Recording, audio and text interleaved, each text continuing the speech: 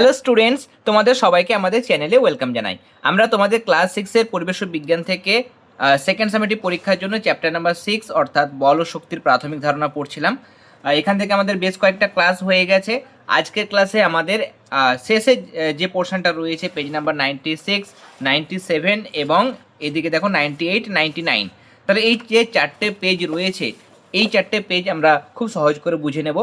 এখান থেকে কিন্তু কিছু কিছু প্রশ্ন খুব ভালো রকম আছে, খুব ভালো প্রশ্ন হয় এখান থেকে, এবং অনেক স্কুলে আমাদের এই আজকের ক্লাস থেকে কিন্তু দু একটা প্রশ্ন আসেই আসে। কেমন?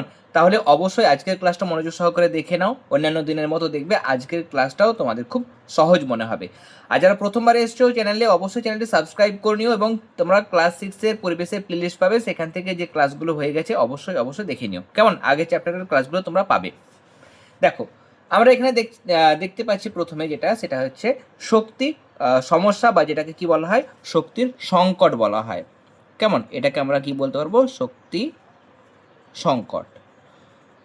কেমন?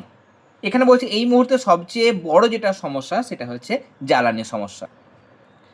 জ্বালানি বলতে আমরা কোনগুলোকে বুঝি? জ্বালানি বলতে আমরা জীবাশ্ম জ্বালানি যেমন কয়লাকে বুঝি বা পেট্রোলিয়ামকে বুঝি। পৃথিবীতে এগুলো কিন্তু আর বেশি নেই। আমরা জানি কয়লা বা পেট্রোলিয়াম কিন্তু একটা বছরে বা 10 বছরে বা 100 বছরে কিন্তু সৃষ্টি হয় না। কয়লা, পেট্রোলিয়াম এগুলো কিন্তু কোটি কোটি বছর লাগে। কোটি কোটি বছর আগে যখন পৃথিবীর মাটির নিচে চলে গেছিলো, গাছপালা বা বিভিন্ন পশু পাখি সব যখন মাটির নিচে চলে গেছিলো, হয়তো ভূমিকম্পের কারণে বা কোনো প্রাকৃতিক কারণে, সেই মাটির নিচে চলে যাওয়া গাছপালা বা আরও যে সমস্ত জীবজন্তু সেই সময় ছিল, সেগুলো মাটির নিচে তাপে এবং চাপে কোটি কোটি বছর ধরে নানা রকম রাসায়নিক পরিবর্তন ঘটার মাধ্যমে সেখান থেকে কয়লার পেট্রোলিয়াম তৈরি হয়েছিল, যেগুলো তোমরা আগের চ্যাপ্টারগুলোতে পড়েছো, তাই না? যে গাছপালাগুলো থেকে নানা রকম রাসায়নিক পরিবর্তন হয় এবং চাপে এবং তাপে সেটা কয়লাতে পরিণত হয়, এবং যে সমস্ত জীবগুলো ছিল বা পশুগুলো ছিল যেগুলো বা প্রাণীগুলো যেগুলো ছিল, সেখান থেকে কিন্তু পেট্রোলিয়াম তৈরি হয়েছিল।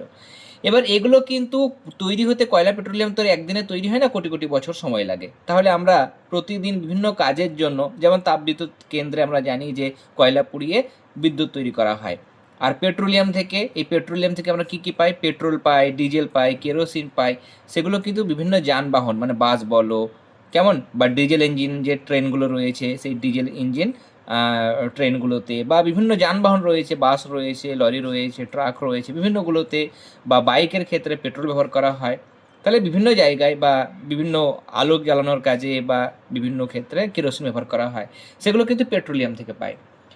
এবার এগুলো কিন্তু তাড়াতাড়ি ফুরিয়ে আসছে। কেন ফুরিয়ে আসছে? দেখো, এনার্জি ক্রাইসিসটা হচ্ছে বা শক্তির সংকটটা কেন হচ্ছে সেটা তোমাকে জানতে হবে, তাই না? যে আমরা জানি যে 100 বছর আগে, দেখো আমাদের দেশেরই যদি কথা বলি, তাহলে সেখানে জনসংখ্যা যা ছিল, আজকে 2026-এ এসে দাঁড়িয়ে দেখো জনসংখ্যা কিন্তু অনেক বেড়ে গেছে। তাহলে প্রতি বছর কিন্তু প্রচুর লোক সংখ্যা বাড়ছে। শুধু ভারতবর্ষ আমাদের দেশ বলে নয়, পৃথিবীর সমস্ত দেশেরই কিন্তু জনসংখ্যা দ্রুত হারে বাড়ছে। তাহলে দ্রুত হারে পৃথিবীর সমস্ত দেশের জনসংখ্যা বাড়ছে। জনসংখ্যা যদি বাড়ে, তাহলে সেখানে তাদের মানে কর্মসংস্থানের জন্য কলকারখানা স্থাপন করা হচ্ছে। বিভিন্ন যে গাছপালা রয়েছে, বনাঞ্চল রয়েছে, সেগুলোকে কেটে নগর তৈরি করা হচ্ছে বা শহর তৈরি করা হচ্ছে। তাহলে সবার জন্য কি দরকার? সবার জন্য কিন্তু মানে শক্তি দরকার, সবার বাড়িতে কারেন্ট দরকার বা ইলেকট্রিসিটি দরকার। বিভিন্ন কলকারখানাতে কয়লা বা পেট্রোলিয়ামের জাতীয় জিনিসগুলো ব্যবহার করা হচ্ছে, বা গাছপালা কেটে দেওয়া হচ্ছে। ফলে কী হচ্ছে? জ্বালানি কিন্তু কমে যাচ্ছে। তাহলে জ্বালানিগুলো যেহেতু কমে যাচ্ছে, তাহলে সেক্ষেত্রে আমাদের প্রচলিত যে জ্বালানিগুলো আমরা সাধারণত ব্যবহার করি, কয়লা বলো বা পেট্রোলিয়াম, সেগুলো তো মাটির মধ্যে লিমিটেড রয়েছে, সেগুলো তো সীমিত, সেগুলো তো আনলিমিটেড নেই বা আমরা তৈরি করতে পারছি না। কোটি কোটি বছর ধরে এটা তৈরি হয়েছিল, তাই না? আবার যদি পৃথিবী ধ্বংস হয়, তাহলে তারপর সব মাটির নিচে চাপা পড়ে থেকে আবার লক্ষ লক্ষ বছর বা কোটি কোটি বছর পর আবার তৈরি হবে। কিন্তু এখন তো এই মুহূর্তে আমরা পাচ্ছি না। তাহলে আমরা যে প্রতিদিন সেটাকে তুলে তুলে মাটি থেকে তুলে ব্যবহার করছি, তাহলে এগুলো তো ফুরিয়ে যাবে, তাই না? নানা কাজে কয়লা বলো বা পেট্রোলিয়াম ব্যবহার করছি, তাহলে সেগুলো কিন্তু ফুরিয়ে যাবে। তাহলে সেই সময় কি হবে? এক সময় কিন্তু কয়লা থাকবে না। তাহলে কয়লা না থাকলে তাপবিদ্যুৎ কেন্দ্রে আমরা বিদ্যুৎ তৈরি করতে পারবো না, বা পেট্রোলিয়াম যদি শেষ হয়ে যায়, তাহলে সেখান থেকে পেট্রোল, ডিজেল, কেরোসিন সবই ফুরিয়ে যাবে। তাহলে আমরা যানবাহনও চালাতে পারবো না। তাহলে পৃথিবী একটা অন্ধকার দিকে কিন্তু এগিয়ে যাবে, যেখানে না বিদ্যুৎ থাকবে, না কারেন্ট থাকবে, না যানবাহন থাকবে, কোনো কিছুই কিন্তু আমরা করতে পারবো না। মানে শক্তির একটা সমস্যায় আমরা ভুগবো, জ্বালানির সমস্যা এবং শক্তির সংকটে কিন্তু আমরা ভুগবো। তাই না? এটাকে আমরা বলবো শক্তি সংকট। ওকে, এবার আমাদের অনেক সময় ভালো ভালো স্কুলে প্রশ্ন আসে যে শক্তি সংকটকে কাটানোর জন্য আমরা কি কি করব, শক্তি সংকট করানোর মানে আটকাবার জন্য আমরা কি কি করতে পারি। আমি তোমাদের একটা বই থেকে দেখাচ্ছি, দেখো এটা পারুলের বই। শক্তি সংকটকে মোকাবিলা করার জন্য আমরা নানা রকম জিনিস করতে পারি। ওকে, অপ্রচলিত বা নবীকরণযোগ্য শক্তি, আচ্ছা এই জিনিসটা আমি একটু পরে বোঝাচ্ছি, আমি জাস্ট এই বইয়ের জায়গাটা একটু বুঝিয়ে দিই। তার কারণে অপ্রচলিত বা প্রচলিত শক্তির উৎস কী সেগুলো তোমরা তো না জানা পর্যন্ত এটার আনসার করতে পারবে না। কেমন? দেখো, শক্তির উৎসকে আমরা দুটো ভাগে ভাগ করব, এই জায়গাটা খুব ইম্পর্টেন্ট, ভালো রকমভাবে কিন্তু এটা করবে। স্টার ডাবল স্টার আমি দিয়ে দিয়েছি। শক্তির উৎসকে আমরা দুটো ভাগে ভাগ করি। একটা হচ্ছে দেখো অনবীকরণযোগ্য শক্তির উৎস। অনবীকরণ মানে নতুন করে তৈরি করার উপযোগী, যোগ্য মানে উপযোগী, আর দেওয়া হয়েছে বাইরে মানে প্রথমেই, মানে বিপরীত শব্দ, নবীকরণযোগ্যর বিপরীত। নবীকরণ মানে বারবার নতুন করে ব্যবহার করা যেতে পারে, তাহলে অনবীকরণযোগ্য মানে যাকে নতুন করে বারবার ব্যবহার করা যায় না, মানে একবার ব্যবহার করলে সেটা নিঃশেষ হয়ে গেলে তাকে বারবার আমরা ব্যবহার করতে পারবো না, সেটা হচ্ছে অনবীকরণযোগ্য শক্তির উৎস। কোনগুলো? কয়লা, পেট্রোলিয়াম, প্রাকৃতিক গ্যাস, এগুলো ব্যবহার করলে এগুলো ফুরিয়ে যায় এবং আমরা কিন্তু আর সেটাকে তৈরি করতে পারি না বা সেটাকে আবার আমরা কাজে লাগাতে পারি না। এগুলো হচ্ছে অনবীকরণযোগ্য শক্তির উৎস। ওকে, আর নবীকরণযোগ্য শক্তির উৎস মানে যেগুলো আমরা, যে সমস্ত শক্তির উৎসগুলোকে বারবার ব্যবহার করলেও সেগুলো কোনোদিনই ফুরোবে না। আমরা যদি একদম সূক্ষ্ম বিচারে দেখি, আমরা উঁচু ক্লাসে গিয়ে দেখবো, সেগুলোও কিন্তু একটা সময় হয়তো ফুরিয়ে আসতে পারে, কিন্তু এখন আমাদের ক্লাস 6-এর হিসাবে আমরা দেখব যে এই শক্তি উৎসগুলো কিন্তু কখনোই কখনোই ফুরোবে না। কেমন? সব শক্তি উৎসরই কিন্তু শেষ আছে, যে কোনো শক্তি একটা সময় কিন্তু, পৃথিবী একটা সময় কিন্তু শেষ হয়ে যাবে, সমস্ত শক্তি ফুরিয়ে যাবে। কিন্তু আমরা এখন দেখি যেটা নবীকরণযোগ্য শক্তি, মানে সেগুলো আমরা ভাবছি যে সেগুলো কখনোই ফুরোবে না, বা এই শক্তি থেকে আমরা, এই সমস্ত উৎস থেকে আমরা বহু বছর ধরে আমরা কিন্তু শক্তি পাবো বা বহু বছর ধরে আমরা ব্যবহার করতে পারবো। সেগুলো কোনগুলো? সৌরশক্তি। এই যে সূর্যের থেকে আমরা তাপ পাচ্ছি, আলো পাচ্ছি, প্রতিদিন আমরা দিনের বেলায় সূর্যের আলো পাচ্ছি, তাপ পাচ্ছি, সেটা সূর্য যখন থেকে জন্ম তখন থেকে কিন্তু আমরা এই তাপ এবং আলোটা পাচ্ছি, এবং এখনও পর্যন্ত সূর্য আমাদের প্রত্যেক দিন তাপ আলো দিয়ে যাচ্ছে। তাহলে এই সৌরশক্তি আমরা বলতে পারি বহুদিন ব্যবহার করতে পারবো, বা যতদিন সূর্য থাকবে ততদিন আমরা ব্যবহার করতে পারবো। জোয়ার ভাটা, প্রতিদিন সমুদ্রের জল বা নদীর জল একটা সময় ফুলে ওঠে, সেটা হচ্ছে জোয়ার, আবার কিছুক্ষণ পর সেই জলটা নেমে যায়, সেটা হচ্ছে ভাটা। দিনে দুবার জোয়ার, দুবার ভাটা হয়। ধরো এখন জোয়ার হলো, তার কিছুক্ষণ পর 5 মিনিট পর হয়তো ভাটা হলো, আবার 12 ঘন্টা পর, মোটামুটি 12 ঘন্টা পর আবার জোয়ার নিয়ে তারপরে ভাটা হয়। কেমন? জোয়ার ভাটা পরপরই হয়, কিন্তু একটা জোয়ার আর তারপরের জোয়ারের মধ্যে মোটামুটি 12 ঘন্টার ব্যবধান থাকে। তাহলে জোয়ার ভাটা সেগুলোকেও কিন্তু কাজে লাগানো যায়। বায়ু শক্তি, যেখানে বাতাসের বেগ খুব বেশি, সেখানে বায়ু কল, বড় বড় বায়ু কল থাকে, সেগুলোকে ঘুরিয়ে বিদ্যুৎ তৈরি করা যায়। কেমন? বায়ু শক্তি রয়েছে, জৈব শক্তি রয়েছে, এগুলো সব নবীকরণযোগ্য শক্তির উৎস। এবার তোমরা যারা সংজ্ঞা লিখবে, তোমরা কীরকমভাবে সংজ্ঞা লিখবে দেখো, এই যে সমস্ত শক্তির উৎস একবার ব্যবহার করলে নিঃশেষ হয়ে যায়, বারবার ব্যবহার করা যায় না, তাদের অনবীকরণযোগ্য শক্তির উৎস বলে। কয়লা, পেট্রোলিয়াম এগুলো হচ্ছে উদাহরণ। আর নবীকরণযোগ্য যে সমস্ত শক্তির উৎস বারংবার ব্যবহার করলেও, মানে বারবার ব্যবহার করো বা বারংবার ব্যবহার করলেও কোনোদিন ফুরোবে না, সেগুলো হচ্ছে নবীকরণযোগ্য শক্তির উৎস, যেমন সৌরশক্তি, বায়ু শক্তি, জলভাটা শক্তি, এগুলো। ওকে, সৌরশক্তিকে কাজে লাগিয়ে আমরা বিভিন্ন যন্ত্রকে ব্যবহার করতে পারি, মানে সোলার কুকার, যেটাতে রান্না করা যায়, সোলার ওয়াটার হিটার, জল গরম করা যায়, সোলার ড্রায়ার, সোলার সৌর লণ্ঠন বা সোলার লণ্ঠন। ওকে, তাহলে এইগুলো হচ্ছে সৌর শক্তির ব্যবহারের কিছু জিনিস। ওকে, তাহলে আমরা নবীকরণযোগ্য শক্তির উৎস কাকে বলে, অনবীকরণযোগ্য শক্তির উৎস কাকে বলে ভালো করে করবে, ভালো রকমভাবে তোমরা এটা প্র্যাকটিস করে যাবে, তার কারণ এটা থেকে অনেক স্কুলে প্রশ্ন আসে। এবং যদি পার্থক্য দেয় তাহলে পার্থক্যটা একটু দেখে নাও তোমরা এখানে। এই যে অনবীকরণযোগ্য মানে এগুলো কী হবে, ব্যাপকভাবে ব্যবহার করা হয়, তাই না? কয়লা, পেট্রোলিয়াম এগুলো আমরা প্রচুর পরিমাণে ব্যবহার করি, আর এদের প্রচলিত শক্তির উৎস তার জন্যই বলা হয়। আর নবীকরণযোগ্য মানে সৌরশক্তি, বায়ু শক্তি, এগুলো অত মানুষ কিন্তু ব্যবহার জানে না, ব্যবহারটা অতটা প্রচলিত নয়, তাই জন্য এদের অপ্রচলিত শক্তির উৎসও বলে। অনবীকরণযোগ্য মানে উদাহরণটা মনে রাখবে, যে কয়লা, পেট্রোলিয়ামের কথা বলছি, তাহলে অনবীকরণযোগ্য মানে যেগুলোকে বারবার ব্যবহার করা যায় না, এগুলোর ভান্ডারগুলো সীমিত, স্টোরেজটা লিমিটেড, খুব দ্রুত শেষ হয়ে যাবে। আর এগুলো অফুরন্ত রয়েছে, আনলিমিটেড রয়েছে, কখনোই ফুরোবে না। এগুলো আমরা ব্যবহার করলেও পুনরায় ফিরে পাওয়া সম্ভব নয়, এগুলো সম্ভব। এগুলো পরিবেশ দূষণ ঘটায়, কয়লা পোড়াও বা পেট্রোলিয়াম পোড়াও, সেগুলোতে দূষণ কিন্তু ঘটে, বায়ু দূষণ বা অন্যান্য দূষণ কিন্তু ঘটে। আর এখানে পরিবেশ দূষণ কিন্তু হয় না। সৌরশক্তি, জোয়ারভাটা শক্তি, বায়ু শক্তি এগুলোতে কিন্তু কোনো রকম কোনো পরিবেশ দূষণ ঘটে না। একটা প্রশ্ন ভালো স্কুলে, যে সমস্ত স্কুলে একটু টাফ কোয়েশ্চেন করা হয় বা একটু অন্য রকমের প্রশ্ন করা হয়, সেই সমস্ত স্কুলে এই প্রশ্ন আসতে পারে যে শক্তির সংকট মোকাবেলা করার জন্য তুমি কি কি পদক্ষেপ নেবে বা তুমি কি কি করবে। দেখো, এক হচ্ছে যে অপ্রচলিত বা নবীকরণযোগ্য যে সমস্ত শক্তি আছে সেগুলো ব্যাপক হারে ব্যবহার করতে হবে। অপ্রচলিত মানে যেগুলো সৌরশক্তি, জোয়ারভাটা শক্তি, সেগুলো বেশি পরিমাণে ব্যবহার করতে হবে। আর যেগুলো প্রচলিত বা অনবীকরণযোগ্য সেগুলো ব্যবহার কমাতে হবে। কেমন? সূর্যালোক, গোবর গ্যাস, বায়ুশক্তি, জোয়ারভাটাগুলোকে বেশি করে ব্যবহার করতে হবে, মানে গুরুত্ব বেশি দিতে হবে। জীবাশ্ম জ্বালানি যেগুলো রয়েছে, কয়লা, পেট্রোলিয়াম, এগুলো ব্যবহার কমাতে হবে। মানুষের মধ্যে মানে সচেতনতা গড়ে তুলতে হবে। সেভ এনার্জি, সেভ নেশন, এটা একটা স্লোগান দিয়ে মানুষকে কিন্তু সচেতন করা যায়। আর কি, আধুনিক প্রযুক্তির ব্যবহার ঘটাতে হবে, জীবাশ্ম জ্বালানি যাতে কম ব্যয় হয়, কম খরচে অপ্রচলিত শক্তি বেশি পরিমাণে ব্যবহার করা হয়, সেটা কিন্তু চেষ্টা করতে হবে। সৌরশক্তি, সমুদ্র শক্তি ব্যবহার বাড়াতে হবে। আর শক্তির পরিমিত ব্যবহার সম্পর্কে কিন্তু মানুষের সচেতনতা বাড়াতে হবে। পরিমিত ব্যবহার মানে যতটুকু প্রয়োজন ততটুকুই। তুমি হয়তো ঘরের মধ্যে নেই, রুমের মধ্যে নেই, অথচ ফ্যান লাইট জ্বালিয়ে রেখেছো, এগুলো কখনোই উচিত নয়। যখন তুমি ঘরের মধ্যে থাকবে না তখন ফ্যান লাইট এগুলো কিন্তু বন্ধ করে রাখতে হবে, যাতে করে শক্তি সাশ্রয় হয়। কেমন? তাহলে এই জিনিসগুলো তোমাদের দেখে যেতে হবে। এবার দেখো আমাদের এখানে কি কি রয়েছে। এখানে খাদ্যের রাসায়নিক শক্তি, আমরা জানি রাসায়নিক পরিবর্তনে অণুর গঠন পাল্টে যায়। অণুর গঠন বদলানোর সময় কখনো শক্তি কিছুটা মুক্ত হয় বা শক্তি বাইরে থেকে শোষিত হয়। রাসায়নিক যখন পরিবর্তন হয় তখন মানে হয় শক্তি তৈরি হবে, আর না হলে শক্তি শোষিত হবে। কেমন? শক্তি যখন বেরিয়ে আসলে সেটা গরম হয়, আর শক্তি শোষিত হলে সে জিনিসটা ঠান্ডা হয়। রাসায়নিক পরিবর্তনে তাপ তৈরি বা তাপ শোষিত একটা ঘটনা কিন্তু হবেই হবে। ভৌত পরিবর্তনে হতে পারে, না হতে পারে, কিন্তু রাসায়নিক পরিবর্তন মানে তোমরা ভাববে যে সেখানে হয় তাপ তৈরি হবে বা তাপ শোষিত হবে। ওকে। খাদ্য থেকে শক্তি মুক্ত করার সময় খাদ্যের নানা পদার্থের অণুর গঠনে অনেক পরিবর্তন ঘটে এবং কিছু শক্তি নির্গত হয়। যখন আমরা খাবারটা হজম করি সেখান থেকে শক্তি বেরিয়ে আসে, নিয়ে আমরা নানা রকম কাজ করতে পারি। ওকে। একেই আমরা খাদ্যের রাসায়নিক শক্তি বলি, যার মধ্যে যে শক্তিটা খাবারের মধ্যে জমা থাকে সেটা হচ্ছে রাসায়নিক স্থিতিশক্তি। ওকে। তাহলে আমরা প্রতিদিনের জন্য প্রয়োজনীয় শক্তি কোথা থেকে পাই? খাবার থেকে পাই। ওকে। উদ্ভিদ থেকে পাওয়া খাবার, প্রাণী থেকে খাবার পাওয়া, কোন কোন খাবারগুলো পাওয়া যায় সেগুলো তোমরা জানো।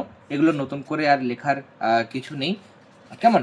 এগুলোতে উদ্ভিদ এবং প্রাণীর মধ্যে থেকে তোমরা কোন কোন খাবারগুলো পাও এগুলো কিন্তু এখানে অবশ্যই মেনশন করবে। কেমন? আমরা প্রত্যেক দিনে যে সমস্ত খাবারগুলো খাই সেগুলোর মধ্যে বেশিরভাগই আমরা উদ্ভিজ্জ খাবার খাই, তাই না? উদ্ভিজ্জ খাবার যে সমস্ত খাবারগুলো তোমরা খাও, ভাত হতে পারে, মুড়ি হতে পারে, বা যে কোনো শাকসবজি, ফলমূল, সবগুলো আমরা উদ্ভিদ থেকে পাই, তাই না? আর প্রাণী থেকে আমরা কোনগুলো পাই? প্রাণী থেকে আমরা মাছ, মাংস, ডিম, দুধ, মধু, এগুলো কিন্তু আমরা প্রাণী থেকে পাই। ওকে। এরপরে নতুন একটা বিষয় দেখো, নতুন টপিক, সেটা হচ্ছে প্রাত্যহিক জীবনে ঘর্ষণ বল। এটা আমরা ক্লাস 8-এ গিয়েও কিন্তু পড়বো। কেমন? আমরা যখন লিখি, ধর আমি এরকম একটা দাগ টানলাম, তাহলে আমি এই দিক থেকে দাগ টানছি, এই দিক থেকে এ থেকে বির দিকে আমি একটা মানে দাগটা টানলাম, তাহলে কি হচ্ছে? আমাকে কিন্তু একটা বল প্রয়োগ করতে হচ্ছে। বল প্রয়োগ করে তবেই কিন্তু আমি পেন্সিলটা এ থেকে বির দিকে নিয়ে যেতে পারলাম, তাই না? তো যখন আমি এরকমভাবে ঘষছি পেন্সিলটা, মনে হচ্ছে কিছু আমাকে বাধা দিচ্ছে। বইটা কি করছে? বইটা উল্টো দিকে বাধা দিচ্ছে। এটাই হচ্ছে ঘর্ষণ বল। যখন তুমি একটা বলকে গড়িয়ে দাও, বলটা এইদিকে এগোচ্ছে, কিন্তু মেঝে বা ঘাস যেটা রয়েছে সেটা এইদিকে একটা, মানে উল্টো দিকে, যেদিকে বলটা গতিশীল তার ঠিক উল্টো দিকে একটা বল প্রয়োগ করছে, মানে একটা বাধা সৃষ্টি করছে, যার ফলে বলটা গড়িয়ে দিলেও কিছুটা দূর গিয়ে থেমে যাচ্ছে। তাহলে এই যে ফুটবলটার গতিটা কমে গেল বা সেটা থেমে গেল, যে কারণের জন্য হলো, উল্টো দিকে যে বলটা কাজ করছে সেটাই হচ্ছে আমাদের ঘর্ষণ বল। ক্লিয়ার? তাহলে ঘর্ষণ বল আমাদের অনেক সময় কাকে বলে প্রশ্ন আসে, তখন তোমরা এটা করবে যে একটি বস্তুর পৃষ্ঠতলের উপর দিয়ে যখন অন্য একটা বস্তু গতিশীল হয় বা গতিশীল হতে উদ্যত হয়, মানে গতিশীল হওয়ার চেষ্টা করছে, তখন ওই দুই বস্তু সংস্পর্শে এইরকম একরকম প্রতিক্রিয়া বল সৃষ্টি হয়, যা বস্তুর গতির বিপরীত দিকে কাজ করে। কেমন? গতির বিরুদ্ধে, মানে যেদিকে যাবে তার ঠিক উল্টো দিকে কাজ করবে। একে আমরা বলবো ঘর্ষণ বল। ওকে। যখন আমরা হাত, ধরো এই হাতটাকে এই দিকে নিয়ে যাচ্ছি, তাহলে এটা নিচ থেকে উপরে যাচ্ছে, উপরকার হাতটা, তাহলে উপর থেকে নিচের দিকে একটা বল কাজ করবে। কেমন? যেই দিকে গতিশীল হয় তার ঠিক উল্টো দিকে একটা বল কাজ করে, সেটাই হচ্ছে ঘর্ষণ বল। ওকে। যখন তুমি হাতে হাতে ঘষো, এই দেখো এখানে খেয়াল করো, বাঁ হাতটা নিচে যাচ্ছে, ডান হাতটা উপরে যাচ্ছে, আবার ডান হাতটা যখন নিচে আসছে তখন উপরটা এটা উপরে যাচ্ছে। যখন আমি এরকম করছি, ডান হাতটা উপরে যাচ্ছে, তাহলে ডান হাতটা উপরের দিকে গতিশীল, তাহলে ঘর্ষণ বল নিচের দিকে কাজ করবে। যখন আমার এইটা উপর দিকে যাচ্ছে, বাঁ হাতটা উপর দিকে গতিশীল, তখন নিচের দিকে কাজ করবে। এবার যখন আমি ডান হাতটা নিচের দিকে, তাহলে নিচের দিকে ডান হাত যখন গতিশীল হচ্ছে, ডান হাতটা নিচের দিকে গতিশীল, তাহলে ডান হাতে উপর দিকে আমাদের ঘর্ষণ বল কাজ করবে। যেদিকে যাবে তার ঠিক উল্টো দিকে ঘর্ষণ বলটা কাজ করে। ওকে, আর তুমি যদি জোরে জোরে ঘষো, তাহলে ঘর্ষণ করলে কি হয়, তাপ কিন্তু সৃষ্টি হয়। ঘর্ষণের ফলে তাপ সৃষ্টি হয়, উষ্ণতা এখানে গরম হয়ে গেল, তাই না? তার মানে তাপ সৃষ্টি হলো ঘর্ষণের ফলে। বা আমি যদি একটা লোহা নিয়ে আর তার উপর আর একটা লোহা দিয়ে আমি যদি ঘষি, তাহলে গরম হয়ে যায়। একটা কয়েন নাও, মেঝেতে জোরে জোরে ঘষো, তাহলে কী হবে, সেটা গরম হয়ে যায়। ওকে, তাহলে ঘর্ষণের ফলে কিন্তু তাপ উৎপন্ন হয়। কেমন, যখন তুমি ছুরি কাঁচি এগুলোকে ধার করো, তখন ধার করলে দেখবে শান দেওয়া হয় যখন, তখন সেখানে কিন্তু জিনিসটা গরম হয়ে যায়। ওকে, তাহলে ঘর্ষণের ফলে আমরা দেখতে পেলাম যে ঘর্ষণের ফলে কিন্তু তাপ উৎপন্ন হয়। যখন ছুরি কাছে এগুলোকে শান দেওয়া হয় তখন সেটা গরম হয়ে যায়। কেমন, বা দুটো হাতের তালু যদি আমরা পরস্পর ঘষি, তাহলে সেখানে ঘর্ষণের ফলে তাপ উৎপন্ন হয়। তাহলে ঘর্ষণের ফলে তাপ উৎপন্ন হয়। ঘর্ষণের ফলাফল কি, ঘর্ষণের ফলে তাপ উৎপন্ন হয়, আর ঘর্ষণের ফলে বস্তুর ক্ষয় হয়। কেমন, ঘর্ষণের ফলে বস্তুর মধ্যে তাপ উৎপন্ন হয়, আর 2 নম্বর ঘর্ষণের ফলে ক্ষয় হয়। প্রথম আমরা দেখলাম যেটা ঘর্ষণের ফলে তাপ উৎপন্ন হয়, তার দুটো উদাহরণ যদি তোমাদের বলে বা একটা উদাহরণ বলে, একটা উদাহরণ তোমরা বলবে ঘর্ষণের ফলে তাপ উৎপন্ন হয়, সেটা হচ্ছে দুটোর হাতের তালু পরস্পর ঘষলে সেখানে তাপ উৎপন্ন হয়, এটা উদাহরণ। ওকে, একটা চাবির রিং মেঝের মধ্যে কিছুক্ষণ ঘষো, সেটাতেও তাপ উৎপন্ন হয়। কেমন, বা ছুরি কাঁচি শান দিলে সেখানেও কিন্তু তাপ উৎপন্ন হয়। বা দেশলাই বক্সের মধ্যে যদি আমরা একটা কাঠিটাকে ঘষি, তাহলে সেখানেও কিন্তু তাপ উৎপন্ন হয়। ওকে, তাহলে ঘর্ষণের ফলে কি বাড়ে, উষ্ণতা বাড়ে। ওকে, আর কি হয়, ঘর্ষণের ফলে বস্তুর ক্ষয় হয়। এই যে ইরেজার রয়েছে, পেন্সিলের মধ্যে ইরেজার লাগানো আছে, আমি প্রত্যেকবার ব্যবহার করবো, যে পেন্সিল দাগটা মুছে দিলাম, কেমন ব্যবহার করলাম, আবার আমি লিখলাম, আবার আমি মুছে দেবো, এরকম করতে করতে করতে এই ইরেজারটা কি ক্ষয় হয়। তুমি যখন নতুন ইরেজার দোকান থেকে কিনে আনো, তখন সেটা গোটা থাকে, যত তুমি ব্যবহার করো তত কিন্তু ইরেজারটা বা রবারটা সেটা কিন্তু কি হয়, ক্ষয় হয়, তাই না? সেই রাবারটা কিন্তু ক্ষয় হয়ে যায়। তাহলে ঘর্ষণের ফলে বস্তুর ক্ষয় হয়, একটা উদাহরণ তোমরা কি লিখবে, যে খাতার পেন্সিলের দাগ মোছার জন্য যে আমরা ইরেজার ব্যবহার করি, সেটার ভর আয়তন কমে গিয়ে ক্ষয় হয়। 2 নম্বর, তোমরা সাইকেলের যে টায়ার, চাকার টায়ার বলো, বা যে কোনো গাড়ির, বাইকের টায়ার হতে পারে, বা লরির চাকার টায়ার হতে পারে, যে কোনো গাড়ির টায়ার যেগুলো রয়েছে, টায়ার দিয়ে যে চাকাগুলো তৈরি হয়, সেগুলো কিন্তু নতুনে যা থাকে 1-2 বছর পর বা তার থেকে বেশি ব্যবহার করলে সেগুলো কিন্তু যত গাড়ি রাস্তায় চলবে তত কিন্তু মাটির সঙ্গে ঘর্ষণ হয়, তাই জন্য ক্ষয় হয়। ওকে, তাহলে এই জিনিসগুলো তোমরা কিন্তু জানো। ওকে,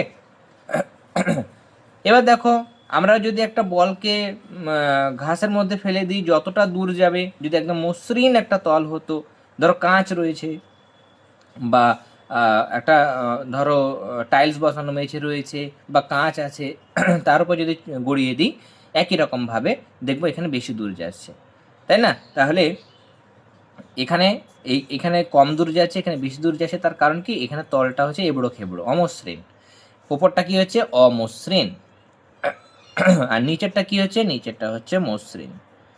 তার মানে এখানে কম দূর গেল, মানে উল্টো দিকে বাধাটা বেশি, আর এখানে বেশি দূর গেছে, তাহলে উল্টো দিকে যে বাধাটা সেটা কম কাজ করেছে।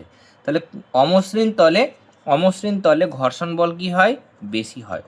তল যদি অমসৃণ হয়, তাহলে ঘর্ষণ কি হয়, বেশি হয়। আর তল যদি মসৃণ হয়, তল মসৃণ হলে সেখানে ঘর্ষণ কি হবে, ঘর্ষণ কিন্তু কম হবে। কেমন, তাহলে এখানে তলটা হচ্ছে অমসৃণ, মানে উঁচু নিচু বা এবড়ো খেবড়ো, তাহলে এখানে ঘর্ষণ বলটা বেশি, তাই জন্য বলটা কিছুটা দূর গেছে। আর এখানে তলটা হচ্ছে মসৃণ, মানে এবড়ো খেবড়োটা নেই, উঁচু নিচু অতটা নেই, মানে তুলনামূলক মসৃণ, তাই জন্য ঘর্ষণ বলটা কম, তাই জন্য বলটা বেশি দূর গেছে। ওকে, তাহলে এরকমভাবে দেখবে, আমরা হয়তো দেখবো যে এখানে কোনো তল কিন্তু প্রকৃত রকমভাবে মসৃণ নয়। তুমি হয়তো বলছো এই মেঝেটা মসৃণ, বা এটা কিন্তু মসৃণ মনে হচ্ছে, কিন্তু আসলে এটা কিন্তু মসৃণ নয়। যদি ম্যাগনিফাইং গ্লাস দিয়ে দেখো, বা অনুবীক্ষণ যন্ত্র দিয়ে যদি তুমি দেখো, দেখবে এটা কিন্তু এবড়ো খেবড়ো, একদম পিওর, একদম একদম পারফেক্ট যদি আমরা একদম মসৃণ দেখতে চাই, পারফেক্ট মসৃণ কোনো বস্তুই কিন্তু পৃথিবীতে নেই। তুলনামূলক আমি বলবো এটা মসৃণ বা এটা তুলনামূলক মসৃণ বলবো বা কাঁচটাকে মসৃণ বলবো, কিন্তু বাস্তবে একদম সাইন্টিফিক্যালি যদি আমরা দেখতে যাই তাহলে একদম খুব 100% মসৃণ পৃথিবীতে কোনো বস্তু নেই। ওকে, খালি চোখে কোনো তলকে যতই মসৃণ বলে মনে হোক না কেন, ওই তলকে শক্তিশালী অনুবীক্ষণ যন্ত্র দিয়ে দেখলে আমরা দেখতে পাবো যেখানে উঁচু নিচু অংশ রয়েছে, মানে সেটা সম্পূর্ণ মসৃণ নয়। ওকে, ঘর্ষণ বল যে দুটি তলের মধ্যে ক্রিয়াশীল সেই দুটো তল প্রত্যেকে আলাদাভাবে একে অপরকে ঘর্ষণ বল প্রদান করে। তাহলে প্রথম তল, এটা ধরো প্রথম তল, আর এটা হচ্ছে দ্বিতীয় তল, কেমন টাচ হয়ে আছে, প্রথম বস্তুর এটা প্রথম তল, দ্বিতীয় বস্তু দ্বিতীয় তল, তাহলে প্রথম তল দ্বিতীয় তলকে আর দ্বিতীয় তল প্রথম তলকে ঘর্ষণ বল কিন্তু দেয়। কেমন, তাহলে প্রথম বস্তুটা যখন এইদিকে যাবে তখন ঘর্ষণ বলটা এইদিকে কাজ করবে, উল্টো দিকে কাজ করবে, তাহলে একে অপরকে ঘর্ষণ বল কিন্তু দেয়। দেখো, একটা ব্লক নিয়েছে, কাঠের ব্লক নিয়ে এবার ব্লকটাকে দেওয়ালে চেপে ধরা হয়েছে। এবার তোমার বন্ধুকে বলো ব্লকটাকে উপর থেকে নিচের দিকে ঠেলে ধরতে। আমি এরকমভাবে চেপে ধরেছি, দেখো এই বন্ধুটা এদিকে দেওয়ালের দিকে চেপে ধরেছে, আর তোমার বন্ধুকে বলছি যে তুমি নিচের দিকে নামাও ব্লকটাকে। এবার তোমার বন্ধু কি ব্লকটা সরাতে পারলো? এবার তুমি আরও জোরে ব্লকটা হয়তো সরাতে পারলো, কিন্তু তুমি এবার জোরে চাপ দিয়েছো, তুমি এই হাতটা দিয়ে জোরে দেওয়ালে চেপে ধরেছো, এবার তোমার বন্ধুকে বলছো ঠেলো। বন্ধু কিন্তু সফল হতে পারলো। যদি বন্ধু সফল হয়ে থাকে তাহলে তাকে কিন্তু নিশ্চয়ই আরও বেশি বল প্রয়োগ করতে হবে, এই বন্ধুটাকে আরও বেশি বল প্রয়োগ করতে, যেহেতু তুমি জোরে চেপে ধরে রেখেছো। এবার এই বন্ধুটাকে যদি নিচের দিকে নামাতে হয়, এইটাকে ব্লকটাকে নিচের দিকে নামাতে হয়, তাহলে উপর থেকে নিচে বেশি জোরে বল প্রয়োগ করতে হবে। তার মানে আমরা কি দেখলাম এখানে, যদি কোনো বস্তুকে কোনো তলের ওপর বেশি জোরে চেপে ধরে রাখা হয় তাহলে ঘর্ষণ বলটা কী হয়, বেশি হয়ে যায়। যখন তুমি হালকা করে ধরেছিলে আর তোমার বন্ধুকে বলেছিল উপর থেকে নিচের দিকে ঠেলতে, তখন ব্লকটা নিচের দিকে যাচ্ছিলো। কিন্তু তুমি যদি জোরে চেপে ধরেছো, খুব শক্তি দিয়েছো, তখন তোমার বন্ধুটা কিন্তু সহজে নিচের দিকে নামাতে পারছে না, বা নামাতে গেলে খুব বেশি বল প্রয়োগ করতে হচ্ছে, খুব জোরে চাপ দিতে হচ্ছে। তার মানে কি, যখন তুমি জোরে ব্লকটাকে দেওয়ালে সাঁটিয়ে ধরেছো তখন কিন্তু ঘর্ষণ বলটা বেশি হয়ে গেছে। ওকে, ঘর্ষণ বল বেড়ে গেছে বলেই কিন্তু এই ঘটনাটা ঘটলো। তাহলে এই জিনিসটা তোমরা কিন্তু করবে। ওকে, তাহলে এই তোমাদের ছিল এই যে ঘর্ষণের ফলে তাপ উৎপন্ন হয়, এই কোশ্চেনটা ঘর্ষণ বল কাকে বলে এটা দেখবে, ঘর্ষণের ফলে তাপ উৎপন্ন হয় একটা উদাহরণ, ঘর্ষণের ফলে বস্তুর ক্ষয় হয় এই উদাহরণ তোমরা করবে। ওকে, আজকের ক্লাস থেকে। আর আমরা এখানে দেখলাম যে শক্তি সংকট, নবীকরণযোগ্য অনবীকরণযোগ্যের পার্থক্য দেখলাম, শক্তি সংকট কী করে মোকাবিলা করবে সেটাও কিন্তু আমরা দেখলাম। ওকে, আর এই জিনিসগুলো কিন্তু আমাদের হয়ে গেছে। ঘর্ষণ বল না থাকলে কি কি, আচ্ছা ঘর্ষণ বলের সুবিধা কি কি, ঘর্ষণ বল আছে বলে কিন্তু আমরা হাঁটাচলা করতে পারি, নাহলে আমরা স্লিপ করে যেতাম। লিখছি, আমরা লিখতে পারছি খাতাতে, সেটাও কিন্তু ঘর্ষণ বলের জন্যই সম্ভব। এই দুটো আমরা বললাম যেটা আমাদের এখানে নেই, তাই না? তাহলে ঘর্ষণ বলের দুটো সুবিধা, একটা হচ্ছে আমরা ঘর্ষণ বল আছে বলে মেঝেতে পা ফেলে হাঁটতে পারি। 2 নম্বর আমরা যে লিখতে পারছি সেটাও কিন্তু ঘর্ষণ বলের জন্য লিখতে পারছি, যদি ঘর্ষণ না থাকতো তাহলে স্লিপ করতো, লিখতে পারতাম না, তাই না? তাহলে এই দুটো। এছাড়া মাঠে ফুটবল খেলতে সুবিধা হয়, মেঝেতে চলাফেরা, আচ্ছা দিয়েছে মেঝেতে চলাফেরা করা, আর অনেক কিছু, গাড়ি চালাচ্ছি সেগুলোও ঘর্ষণ বলের জন্য হচ্ছে, তাই না? যখন মেঝেতে তেল ফেলে দেওয়া হয় নি, গাড়ির টাকা মানে যদি টায়ার যায় তাহলে স্লিপ করে, তার মানে ঘর্ষণ কমে যায়। যেখানে ঘর্ষণ কম তাহলে সেটা স্লিপ করে যাবে। ওকে, তোমার ঘর্ষণ বল কমে গেল, আর ঘর্ষণ বল থাকে বলে কিন্তু স্লিপ করে না, গাড়িটা আমরা চালাতে পারি। কেমন, আর ঘর্ষণ বলের বৈশিষ্ট্য হচ্ছে স্পর্শজনিত বল, আর একটা প্রতিক্রিয়া বল গতির বিপরীত দিকে কাজ করে, আর দুটি তলের মধ্যে ক্রিয়াশীল, তাই না, লম্বভাবে কাজ করে। আর ঘর্ষণের ফলে উষ্ণতা বাড়ে, বস্তুর ক্ষয় হয়। দুটো বা তিনটে বৈশিষ্ট্য বা প্রকৃতি তোমরা কিন্তু ঘর্ষণ বলে দেখে যাবে। ওকে, তাহলে এই ছিল আমাদের চ্যাপ্টার। দু একটা শর্ট কোয়েশ্চেনও তোমরা দেখে নাও আজকের ক্লাস থেকে। এই যে একটি তল অপর তলের বিরুদ্ধে যে বল প্রয়োগ করে তাকে ঘর্ষণ বল বলে, তোমরা এটা জানো। ঘর্ষণ বল অপচয় করে, এটা কী হবে, শক্তির অপচয় করে, তাই না? ঘর্ষণে কী উৎপন্ন হয়, তাপ উৎপন্ন হয়। ওকে, গাড়ির টায়ার খাঁজ কাটা থাকে কিসের জন্য, ঘর্ষণ বাড়ানোর জন্য। কেমন, ঘর্ষণ বাড়ানোর জন্য। এরকমভাবে তোমরা লিখবে। ঘর্ষণ কমানোর জন্য কিন্তু বিভিন্ন যন্ত্রপাতিতে লুব্রিকেটিং অয়েল মানে পিচ্ছিলকারক তেল ব্যবহার করা হয়। ঘর্ষণ বল কোন দিকে কাজ করে, প্রযুক্ত বলের বিপরীত দিকে। ওকে, অমসৃণ তলে ঘর্ষণ বেশি হবে, এরকমভাবে দেখবে। ঘর্ষণ না থাকলে আমরা কোনো গতিশীল বস্তুকে থামাতে পারতাম না। কেমন, ঘর্ষণ আছে বলে শক্তির অপচয় হচ্ছে, এক্সট্রা শক্তি আমাকে বল প্রয়োগ করতে হচ্ছে, মানে শক্তি খরচ করতে হচ্ছে।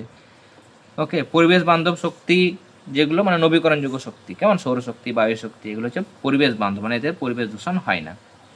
এগুলো আজকের ক্লাসের কেমন শর্ট কোয়েশ্চেন, আজকের ক্লাসের এরকমভাবে শর্ট কোয়েশ্চেনগুলো তোমরা কিন্তু আজকের ক্লাসের জন্য দেখবে। ওকে, আমি রায়মার্টিন থেকেও দু একটা দেখাচ্ছি। দেখো এই যে ঘর্ষণের ফলে বস্তুর উষ্ণতা কি হয়, বৃদ্ধি পায়, কেমন, বা ঘর্ষণের ফলে বস্তুর উষ্ণতা যদি ড্যাশ পায় যদি না থাকতো তাহলে আমরা লিখতাম বাড়ে, উষ্ণতা বাড়ে লিখতাম, কেমন, উষ্ণতা ড্যাশ পায় মানে বৃদ্ধি পায়। ঘর্ষণ চলমান বস্তুর গতিকে সর্বদা কী করে, বাধা দেয়। এই দুটো শর্ট কোয়েশ্চেন ভালো করে করবে। ওকে, তারপরে এটাও দেখবে এই যে সবুজ উদ্ভিদ সৌরশক্তিকে রাসায়নিক শক্তিতে পরিবর্তিত করে। আজকের ক্লাস থেকে আমি দেখাচ্ছি যেগুলো। ওকে, তারপরে এখানে আজকের ক্লাস থেকে এই যে 4টি নবীকরণযোগ্য মানে অপ্রচলিত সৌরশক্তি, বায়ুশক্তি, জলভাটা শক্তি, জৈব গ্যাস শক্তি।